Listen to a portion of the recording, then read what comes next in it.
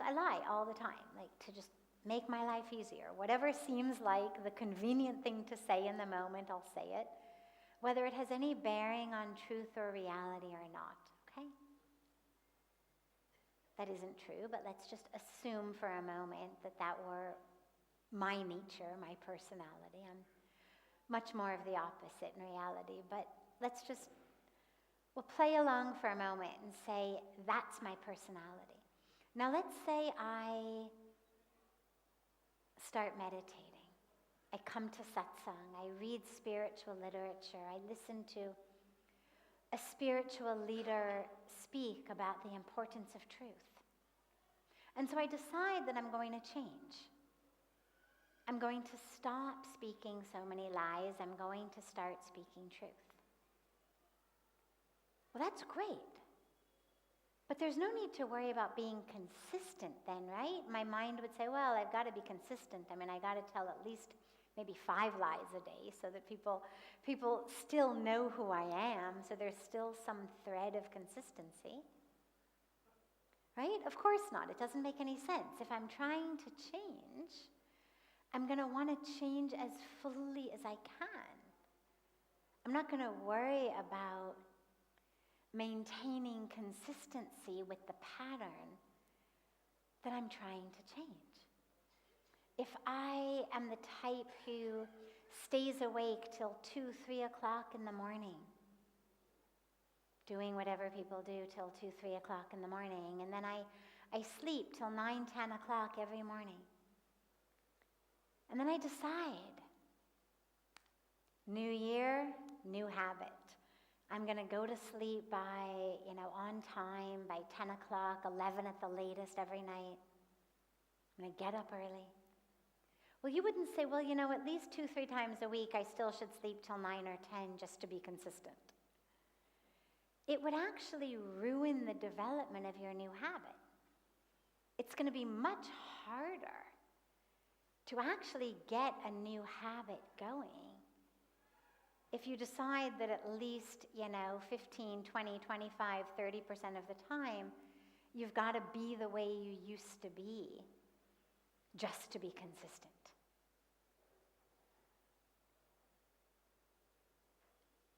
So don't worry. Don't worry at all about being consistent in your behaviors that you're looking to change, in your value system, ethics, way of living that you're looking to change. Change is the opposite of consistency. So to say, well, I'm looking to change, but how to stay consistent, well, that's going to drive you crazy. So understand that the truth of who you are is already consistent.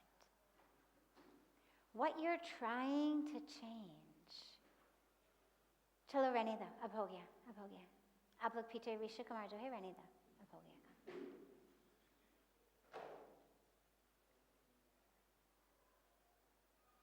What you're trying to change is not something that's worth staying consistent. What's consistent is that truth of who you are. So that's the distinction. As you work to change, allow yourself to really fully flow into that which is changing. The whole point of newness is letting go of that which is old and stale. You don't want to say, well, I'm looking to become free of my anger, but just for the old time's sake, I'm gonna throw a temper tantrum a couple times a week, just so everyone still knows who I am. If you're looking to free yourself of anger, dive into that fully. The you, the core of you, is always there. You don't need to hold on to bad patterns and habits or ways of thought just for some guise of consistency. Change what needs to be changed fully, completely, to whatever extent you can.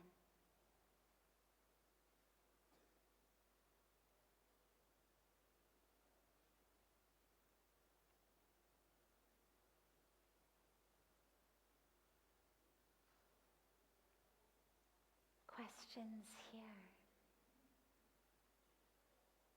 Any question that anyone here has? Just raise your hand, they'll bring you a mic. Yes. Namaste. I feel like in India I'm changing, and this is like my life-changing experience. And people and life which is left a little bit behind in my country, it seems so distant for me, and it's a little bit scary for me, and it's scary for the people who are waiting for me there. And how to deal with this fear of letting go and entering something new, and how to get in touch with the people, like I'm not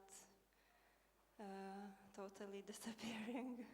Yeah, you know, when we embark on a spiritual path and we change so much as she's already changing here in India,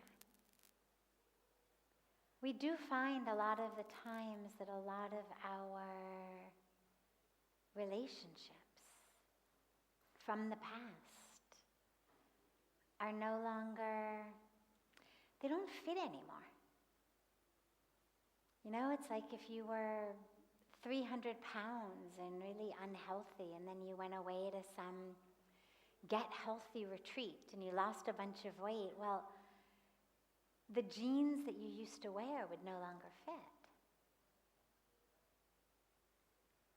The clothes that you had that had any kind of buttons or zippers or snaps or something that actually required it to be the right size rather than, you know, a sari that you could tie the same sari on any size. But those old clothes, they wouldn't fit you anymore. And you'd have to sometimes be prepared to let go of even what maybe was your favorite dress, favorite pair of pants, because, well, they only fit you if you were 80 pounds heavier than you are now. Now, obviously, relationships are a lot deeper than how much we love a dress or a pair of jeans, but it's the same fact. There are some that are deeply associated with former unhealthy ways of living. Because remember, love is love, whether you have a spiritual awakening or not. If someone really loves you, they're going to love you after a spiritual awakening. They're going to love you after you've changed. If it's a soul-to-soul love. They're not going to say, oh, I only liked the you that was stressed and angry and upset and an alcoholic. I don't like the new you. That wouldn't be someone who really loved you. So it's not that you have to let go of all of them. You only have to let go of the ones that contributed to, that fostered, that were attached in some way to your unhealthy way of living. Other ones will come around. It may take them a little while. I know in the beginning, you know, it took my parents a while, took other family members a while. Because when we change, people feel threatened. Everyone gets into kind of a groove. These are the people I hang out with. These are the people I go drinking with. These are the people I do drugs with. These are the people I shoplift with. These are the people I gossip with. Whatever we do together. But then when you come and you change and you say, well, I don't want to be drinking anymore, or using drugs, or shoplifting, or gossiping, or any of these habits or patterns. There will be an initial resistance on the part of many, not all. The more awake your friends and family are, the more they'll be able to just embrace it from the beginning. I had some who were able to just embrace it from the beginning and even encourage me when everyone else was discouraging me. But the majority of people feel threatened in the moment of, it's a disruption. It's a disruption in the status quo. And any disruption forces everyone to re-look at themselves. And that's uncomfortable for people. But the truth is, it's actually a gift for them. Me being here and making these choices ended up being such a gift in so many ways, I think, for my parents, for other family members, because the lessons that they learned, not that I taught them, but going through the challenge of having a daughter who was not going to just, move down the block and pop out a bunch of grandkids and come over every Sunday for dinner. Like having a child who was breaking the mold, in and of itself, forced them to learn lessons within themselves about acceptance and gratitude and adaptability and love and all of that otherwise they would not have been forced to learn, which I think were really, really powerful lessons. But also what happens as time goes on is people who really love you, even if initially they resist because it's new and it's different and it's shaking up everything. People don't like things to be shaken up. Slowly, they actually will be really happy for you, and they will come around because they will realize, oh my God, she's so much happier. She's so much more peaceful. I remember my mom saying to me one day in the very, very beginning, she said, I don't know how to explain this. I don't know what it means. But somehow being around you just makes me feel very serene. That was her first experience of, even though I've been resisting it, even though it's not at all something that I was expecting, there's something very beautiful about what has happened to my daughter that actually even makes me feel peaceful around her. But that takes a little bit of time because everyone's got their initial defense mechanisms up. Don't rock the boat, right? Everything was fine the way it is. Don't rock the boat. And it takes everyone a little bit of time to regain their balance and stability when you do rock the boat. So you've got to give them time to rebalance themselves. But once they do, those who really loved you will still love you. And they will still support you. And you won't have to lose those relationships. The only ones you're going to have to lose are the ones that were inextricably linked with unhealthy patterns of thought, of action, of living. Those are the ones that you don't want to be part of anymore. I mean, if you've got a choice between being 80, 90 pounds overweight, really unhealthy, but being able to fit into that dress you loved, versus losing the weight, being healthy, but the dress for fat you no longer fits. Wouldn't you rather the second situation? I mean, you can always buy a new favorite dress. And in the same way, relationships that are just based on unhealthy patterns, those are not deep, those are not meaningful. Make new relationships then that are in line with healthy habits, healthy ways of thinking. But I think you'll be able to hold on to a lot of them, because I think more of the people than you probably realize really do love you on a deep level. And eventually, in their own time, will be able to come around and love and honor and celebrate and support the changes that you're making. And until then, that's why it's so important to have a sangha, a community of people who do support that, whether it's in person, whether it's online, but having people who do support that, who you can turn to while everyone else around you starts to rebalance themselves. Yeah, beautiful. Other questions?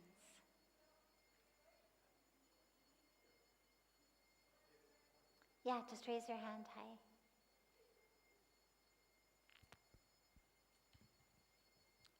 Actually, I'm suffering from a back problem from last 3-4 years. If I am, supposed to sit, I cannot hold on for more than 30 minutes. But if I'm walking, running, or doing any other activity, it's totally fine. So this year, somebody suggested me that if any issue from the spine is there, it's basically a Dev Dosh. So it's basically what? Dev Dosh. Okay. So can you please elaborate? Is it something that you carry from your previous birth, a kind of a burden or something? So I haven't heard that specifically. What I have heard a lot of is the relationship between different physical illnesses and ailments and different emotional struggles and challenges and traumas that we faced, things we're holding on to.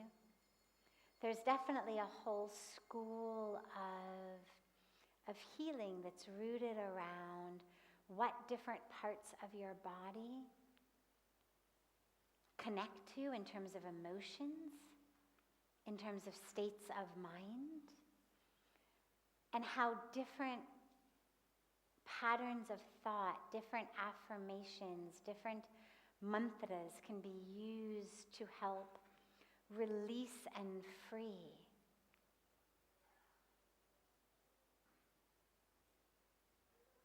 the pain in the different parts of the body.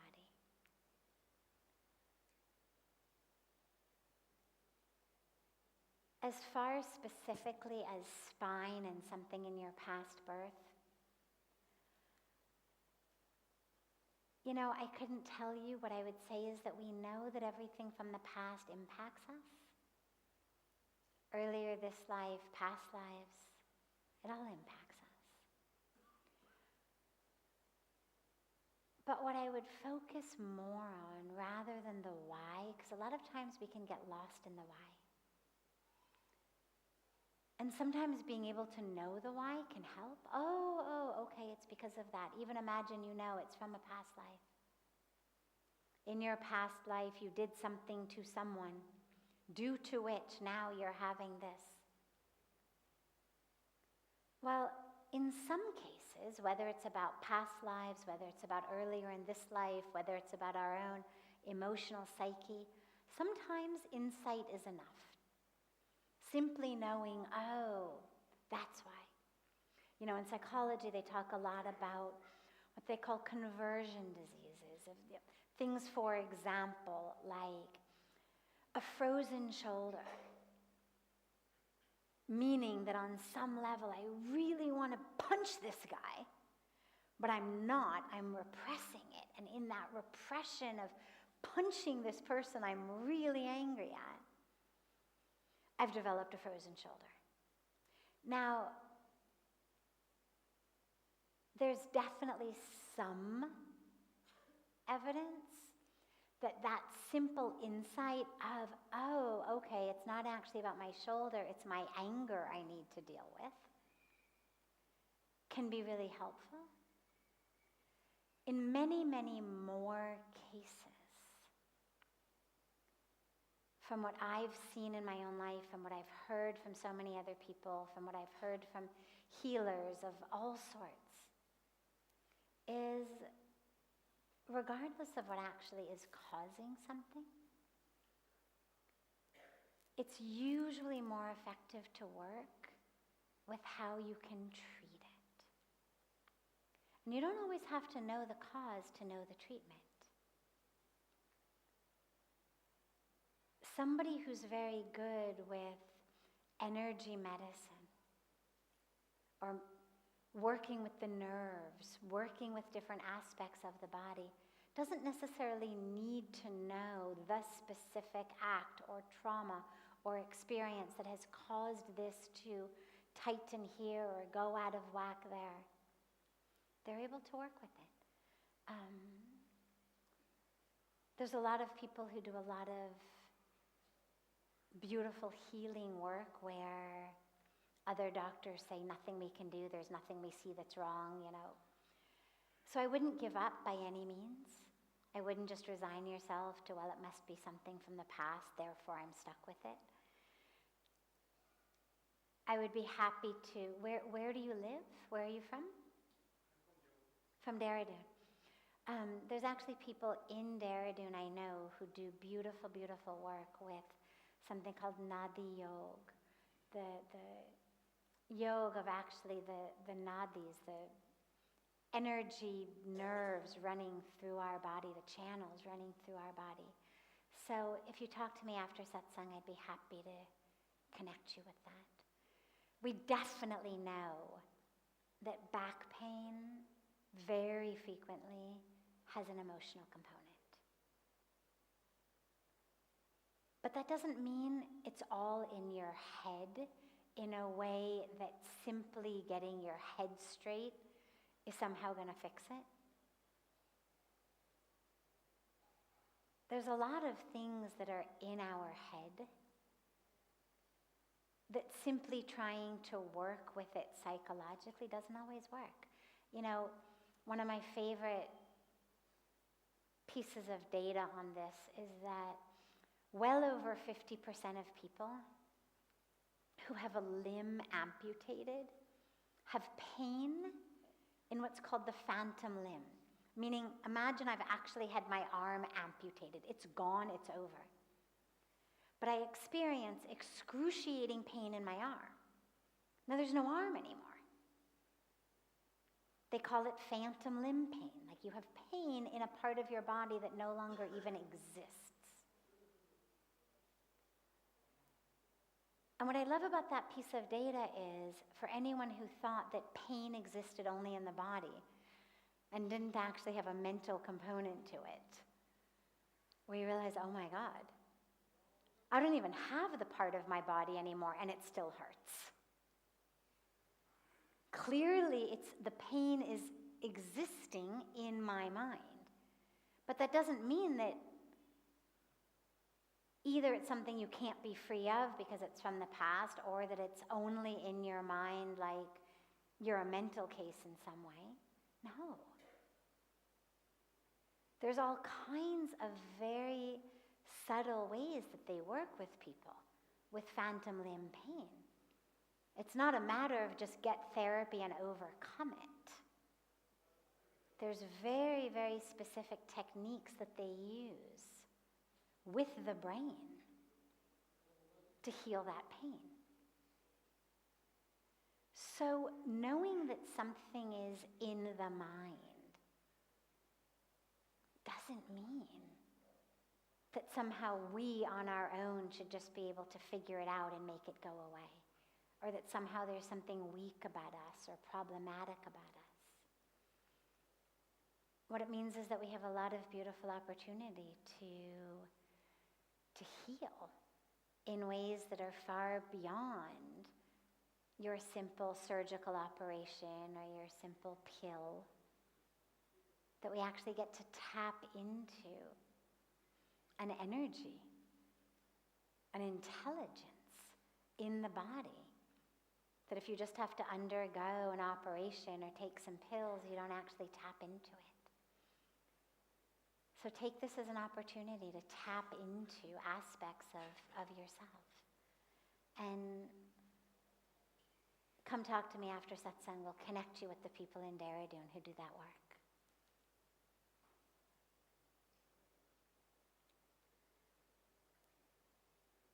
Yeah, in the back.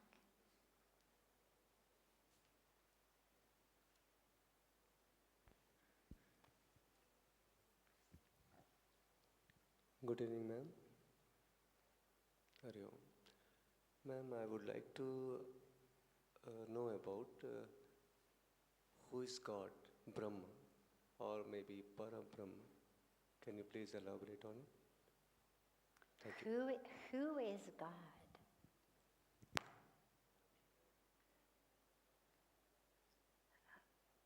Well, I would say the question is, who is not God?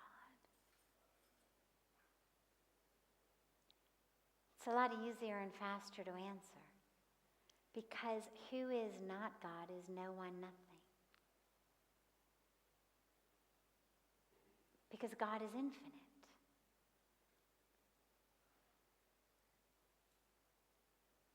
God pervades everything. There's a beautiful mantra in the Upanishads that says, Isha vasyamidam sarvam, yat kincha jagatyam jagat, tena tyaktena bhunjita, magridaha kasya sviddhana. And it means everything in the universe is pervaded by the divine. There's nothing, no one, nowhere not pervaded by the divine. So who is God? God is everything. God is that spark. And we can use so many different words.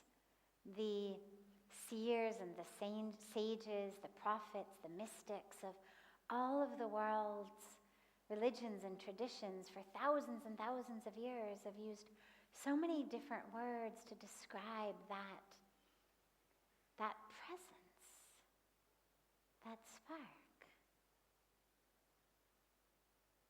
in each of us. I mean, take a human body, for example. Well, I've got matter, physical matter, which is the physical body. Now, on some level, that is also God.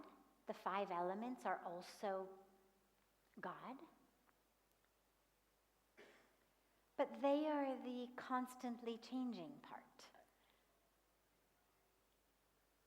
Like a leaf that's green that becomes red or yellow or brown in the autumn, and then it falls down to the earth, and then it becomes soil. Well, the elements of that leaf are also God, but it's that part of the creation that's constantly changing. The form is changing. The carbon, the hydrogen, the nitrogen, the oxygen is still there, whether it's a green leaf or whether it's a brown leaf or whether it's soil on the ground. It's still the elements. But it's the elements in the frame of form, packaging, that which is changing. The essence is the unchangeable. So if you look at my body, for example, me, there's 2 aspects. There's a lot more than 2, but for the sake of this discussion, let's just say 2. Let's say physical physical body, and then let's say soul. Okay? And we'll lump energetic body, subtle body for the moment with soul, just for the sake of the discussion. So we've got that which is physical, that which is not. Well, the physical body is also God in that it's the 5 elements. But that's constantly changing. That's form. Every day it's different.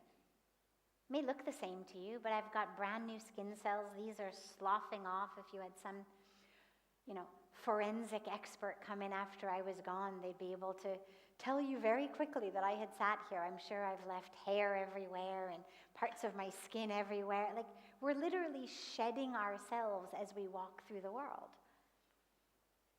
And then I've got new skin growing, and I've got new hair growing. So we're constantly changing, even though we may look mostly the same. But eventually we all go through the big change, death. The body gets cremated. Or the body gets buried and slowly disintegrates, either way. But the soul,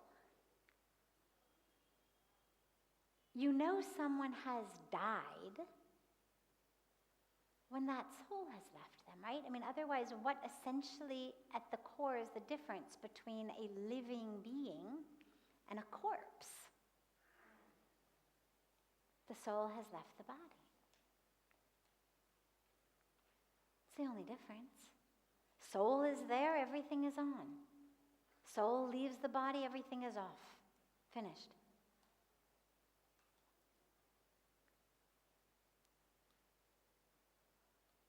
So who each of us is, at the core is that divine. We are pervaded by the divine, the essence of who we are, the essence of what everything is the divine. We're in different forms. That's a leaf, I'm a human. Just the divine in different forms. An apple, an orange, a river, a lion, a tree, a baby. The divine in different forms. But it's all the divine. So God is everything, everywhere, the creator and the creation. You know, a lot of people mistakenly think that Hinduism is a polytheistic religion, that we believe in many gods. We don't. We believe in many reflections, infinite number of possible reflections, manifestations of the same God. But here's what's interesting. We're not even actually a monotheistic religion, meaning just one God. Because what we really believe is that there's nothing but God. So it's not there's one God and that one God is sitting someplace with one specific set of criteria and characteristics, one role. We actually believe there is nothing but God. That's what God realization is. God realization is not, oh yeah, I see, I see God over there. Just squint the right way and tilt your head the right way and, get your binoculars in the right place. That's not God realization. It's that I actually realize that presence, omnipresence of the divine everywhere, around me, in me, through me, as me. It's why we use the term God realization and self-realization interchangeably. Because it's the same thing. So God is everyone, everything. Beautiful. Yeah, last.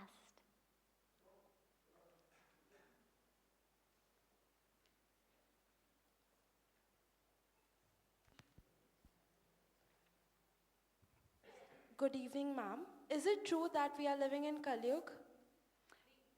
Is it true that we're living in Kali Yuga? She wants to ask that we are in the golden era of a Kali Yuga. Is it true? I'm so sorry. Can you hold the mic there?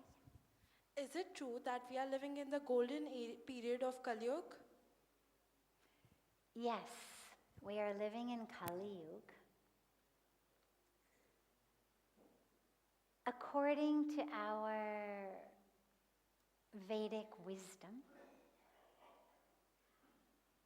time is not linear, but it's cyclical.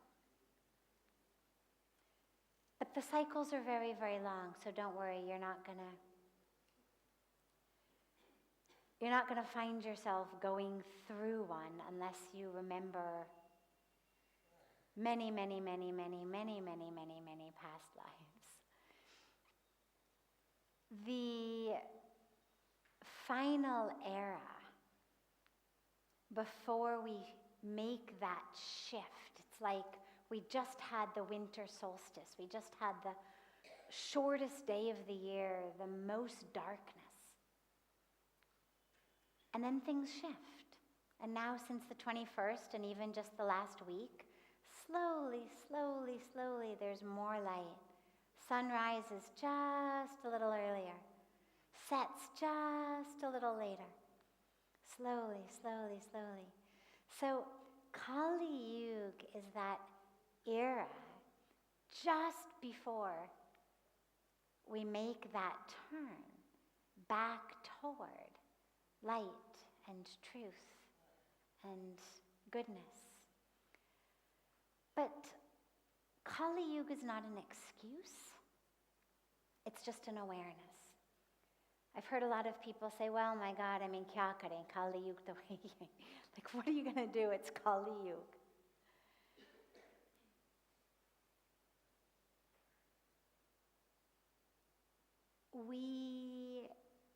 We're never thrown into situations that we're not able to handle. And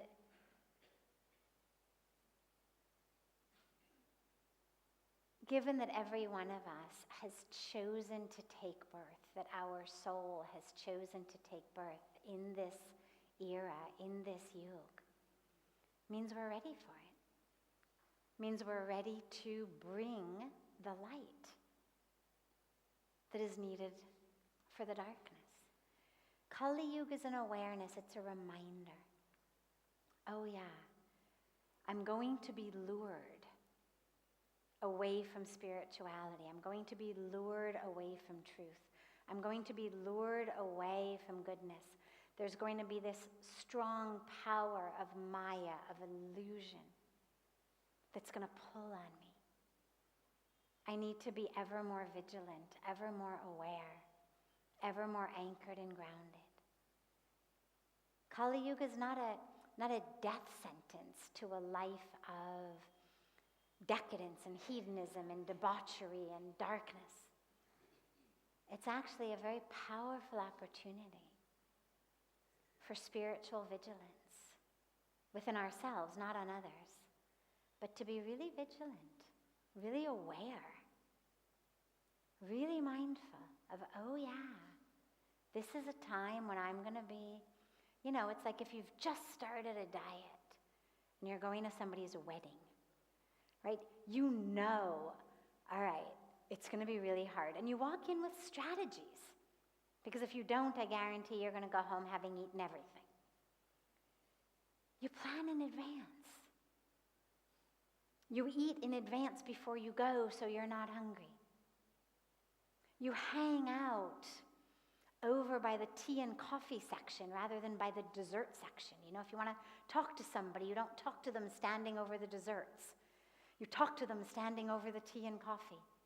You plan, you strategize, because you understand otherwise the temptation is just going to grab me.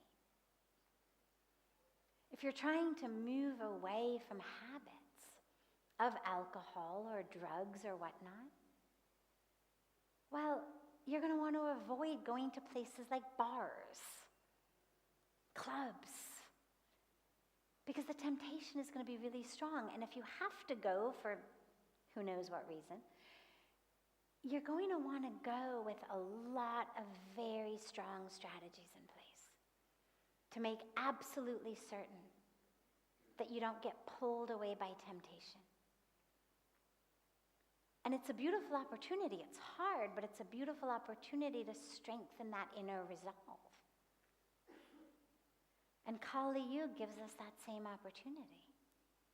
Okay, so things are not quite what they're like, and as they were in the time when Bhagwan Krishna lived or the time when Bhagwan Ram lived. Like we're in different times than those that we read about.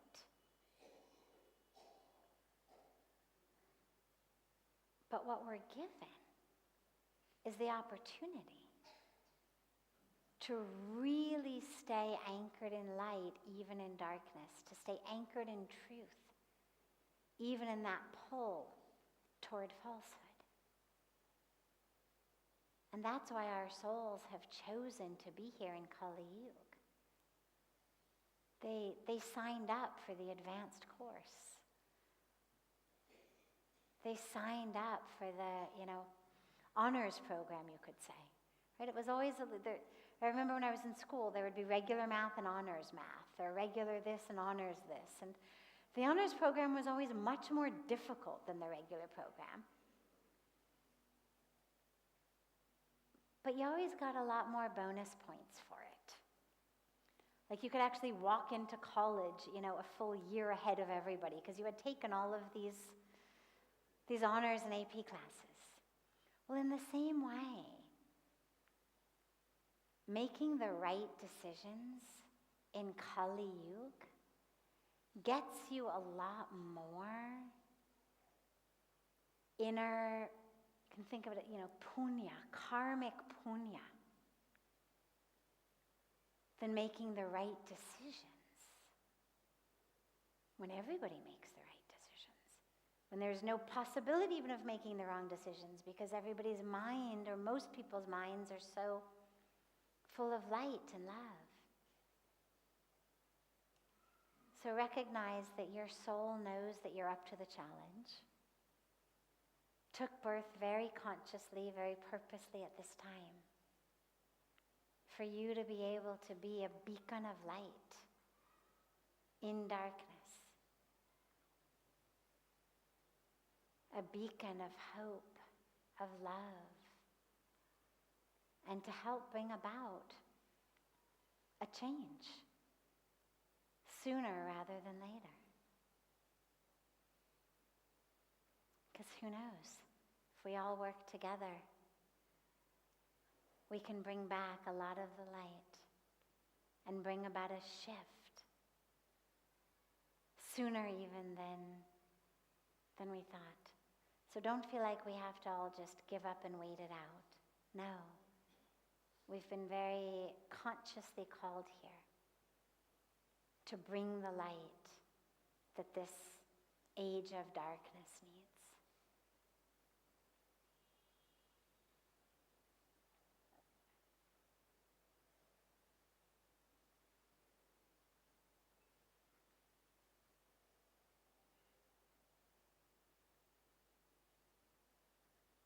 Have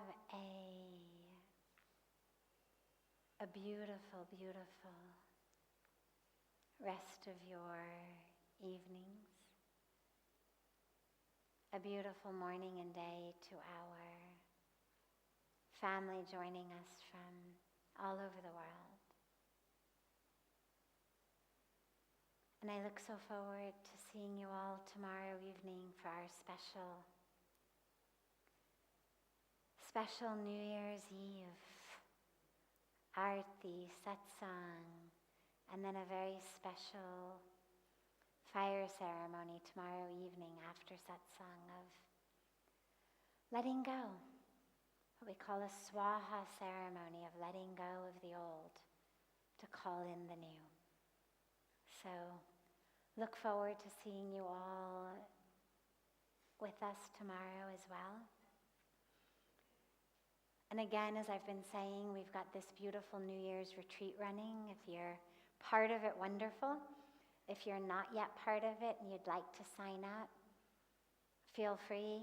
Sevanandaji is here to help out. It's full of yoga, meditation, beautiful, inspiring talks on so many different powerful elements of spirituality and yoga and scriptures. And it's open to everybody. And so much love to you all.